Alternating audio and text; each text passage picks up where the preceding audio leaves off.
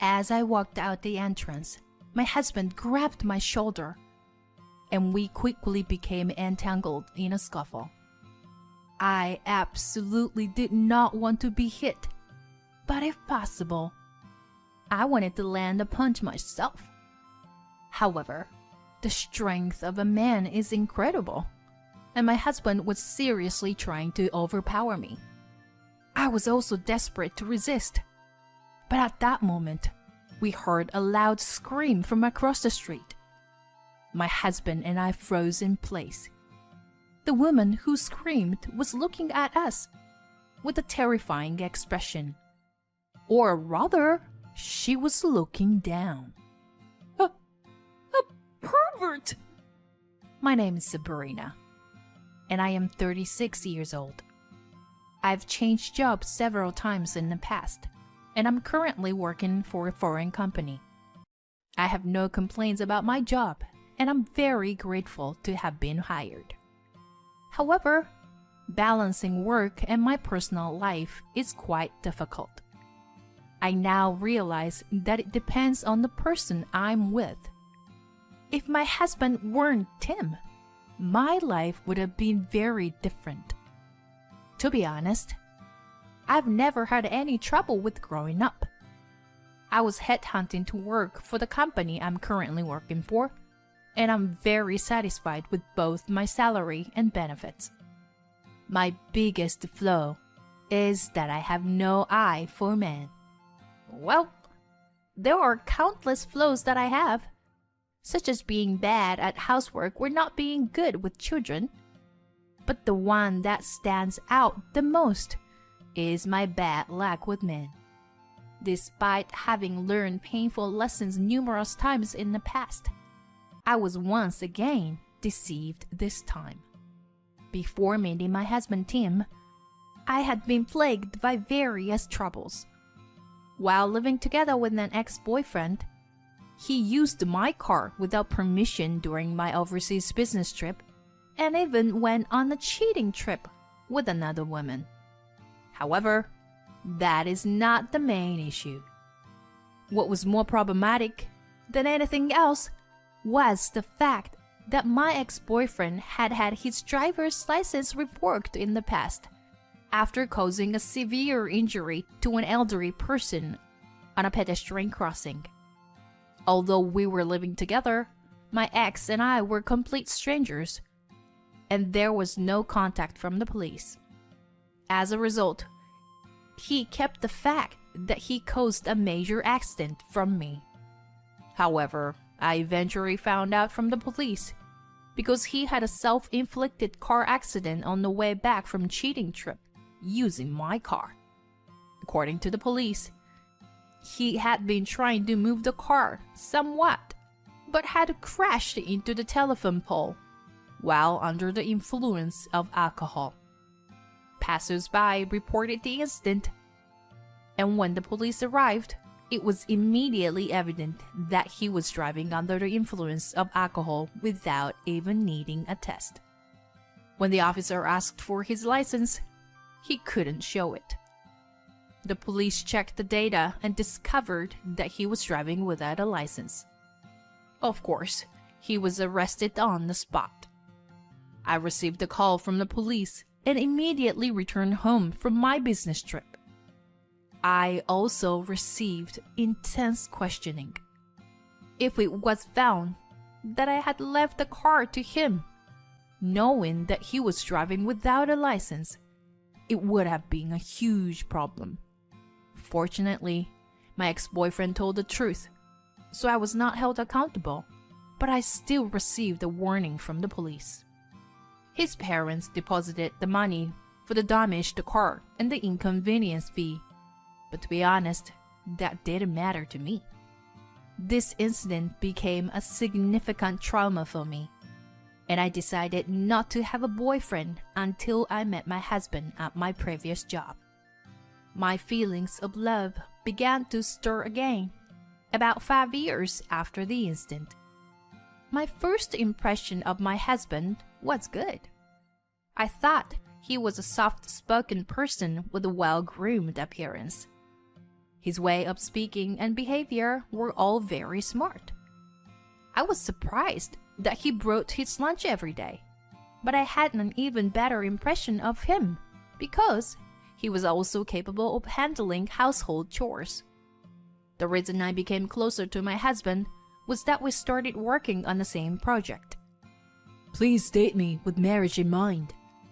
My husband told me that after he asked me out for dinner a few times. My heart danced, but at the same time, I honestly revealed my inner feelings to my husband, the trauma from that time. Then my husband took out his driver's license from his wallet and said, "I have a valid driver's license. See? I don't cheat." I'm not usually the type to say that sort of thing, but if it makes you feel comfortable, I'll say it as much as you want. His straightforward words struck my heart. Maybe I could have a peaceful life with this person. However, I still have a problem.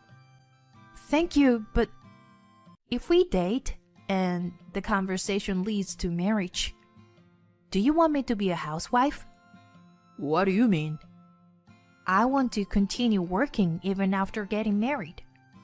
Also, I'm not good at housework, so currently I hire a cleaning service 3 times a week. If you want someone to take care of your home, I don't think I'm the right person." My husband listened to my story and chuckled. "Everyone has something they're not good at, right? I think we can make up for each other's weaknesses if we work together." Thinking it was a very smart answer, I accepted my husband's words without a doubt, and we got married after 6 months of dating. However, it seems that I still didn't have a knack for choosing men. My husband changed completely after we got married. "You came home late again, huh?" Every Monday, my husband says this to me. "You're saying that again? How many times do I have to explain it to you?" I respond to my husband with a sigh. I work for a company based in Southeast Asia, so my days off are different from my husband's, who works for a regular company. We used to work at the same workplace, so our days off were almost the same. But now, because of the time difference, my days off are scattered. "How's work going?" "It's okay, I guess." Actually, my work is going quite well, but my life is not going as smoothly. My husband and I both changed jobs shortly after getting married, but he's been having a hard time lately. I started doing housework that I'm not good at, trying to support him. I thought it would help him focus on work, but now he's even nitpicking my cooking. "Meatloaf again?" It's the only dish I'm proud of making well. "Well, you were good at your job, but shame." His words made me angry, but I held back and waited for his work to pick up. However, he quit his company without telling me after only 2 months. Now, he's working part-time at a cafe, earning around $1,000 a month for working only a few hours a day, 3 days a week. Until now, we've split the household expenses in half. But with this current income, splitting them equally is no longer possible. We can manage for a while with our savings, considering our past incomes. There are already dark clouds looming over our relationship. It happened one day when I returned home from a 2-night business trip and my husband was in a very bad mood. "If this kind of thing continues, I'm getting a divorce." "Huh?" Suddenly, my husband's declaration of divorce left me bewildered and speechless. "You went on a business trip and didn't even make my meal before you left?" "What are you talking about?" "Because making the husband's meal is the wife's job, isn't it?" It seems like I've brought another hopeless person into my territory. I don't understand at all. Well then, let's get a divorce. Half amused, I looked at my husband's face and calmly thought, if you are the one proposing a divorce, then that's even convenient. All right, let's get a divorce. What? Are you sure about that? Yeah, it's fine. Your words and actions are completely different from before we got married. Are you really okay with the divorce? Yeah, I'm good. I'll start packing my things. Wait a minute. Hey, what is it now? You're being persistent. That's how you're going to leave me, don't you? Is this guy crazy or something? It was him who wanted the divorce. I was confused, but I still gathered the bare minimum of my belongings and tried to leave the house. Then my husband chased me with incredible force. You have a man, don't you? That's what it is, isn't it? Wait, what? No, there is no man, okay? Then where are you going? You must have another man you can switch to at any time. I told you there isn't anyone. Don't you dare lie to me. Even if I said there is or isn't, you'll just keep doubting me, won't you? I'm tired of dealing with you. I can't believe I ended up marrying such a petty man. Am I really a magnet for terrible men? Or is there some pheromone I'm emitting that attracts them? While lost in thought, my husband continued to press me.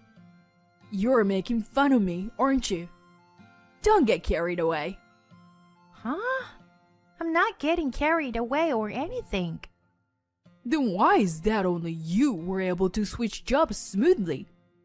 Well, I guess it was just luck. I worked hard at my job too. I was headhunted by that company, you know. This was a lie. My husband was not headhunted by his previous company. He had been saying that even before he joined the company. But I know the truth, because I was the one who was headhunted. I kept quiet about this fact to avoid hurting my husband's pride. But even now, my husband is still trying to show off to me without realizing my consideration. Now, it doesn't matter how much I think about my husband's worthlessness. What matters is that I need to deal with this annoying situation in front of me. When I let out a big sigh toward my husband, he threw a straight punch at me. But the next moment, he groaned and squatted on the floor as he had hit his finger joint hard with the metal fittings on my bag that I used to block his punch. Oh dear, that must have hurt. Besides, you were trying to use violence just now, weren't you? This could be a sufficient reason for divorce, don't you think? Shut up. Who do you think you are, telling me what to do? Women were born to support men, you know. That's such an outdated way of thinking. Haven't you forgotten that you were born from a woman, too? Shut up. You were so damn cheeky.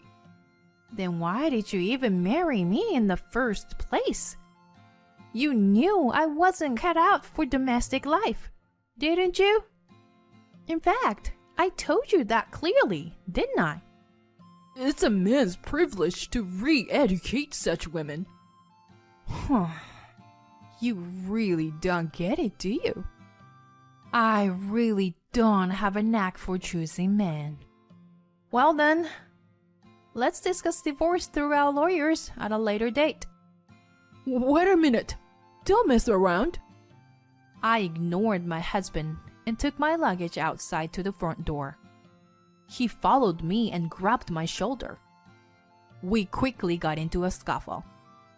I didn't want to be punched, but I wanted to land a hit myself. However, his strength was overwhelming. My husband was determined to pin me down, and I was desperately struggling. Then I heard a woman's loud scream. My husband and I both froze. The woman who screamed was staring at us with a terrifying expression. Or rather, she was looking down. Pervert! I also noticed that my husband's sweatpants had slid down to his knees. He blushed and immediately let go of me, pulling up his pants. You weren't wearing underwear again? Come on. You probably thought it was okay since you were at home. But I hate that kind of depravity in you.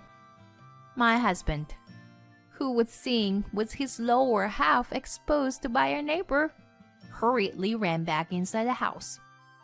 As expected, he fiercely resisted my desire for divorce afterward. But I had already completed the divorce application myself. Anticipating such a situation, I had received the photo data of my husband's embarrassing appearance from the neighbor who witnessed it. Even after the divorce, my ex-husband persistently followed me around, but I used the photo data as leverage to make him agree to the divorce. Still, he ambushed me in front of my company or house and tried to talk to me. He said things like, "It's difficult for a woman to live alone," or that being single is worrying. Completely unnecessary concerns. In the end, this guy was still looking down on women even after the divorce. I absolutely didn't want to spend my life with such a person. It was impossible. Even if I were to feel lonely when I get old, there are plenty of other ways to live. Hey, where are you now? This was the last call from my ex-husband. I don't think I have an obligation to tell you, do I? Are you on a business trip? Well, then I can't see you today, even if I wait at your company's building, huh? Honey, I was thinking about what I can do to start over with you. It was all my fault. Your meatloaf was delicious. You always wanted to be praised, didn't you? I'm sorry I didn't notice. From now on, I'll praise and encourage you. So, come back to me. This guy is seriously crazy. I felt my spine freezing and hung up the phone without saying a word. In fact, I would never meet him again. As I've flown to Southeast Asia for work at the head office, I intend to settle here permanently. My parents died early, and I am an only child, so I don't have any attachment to a particular place.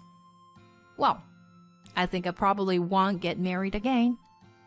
For the time being, I'll focus on my work and hobbies. I hope there is a wonderful future waiting ahead of me.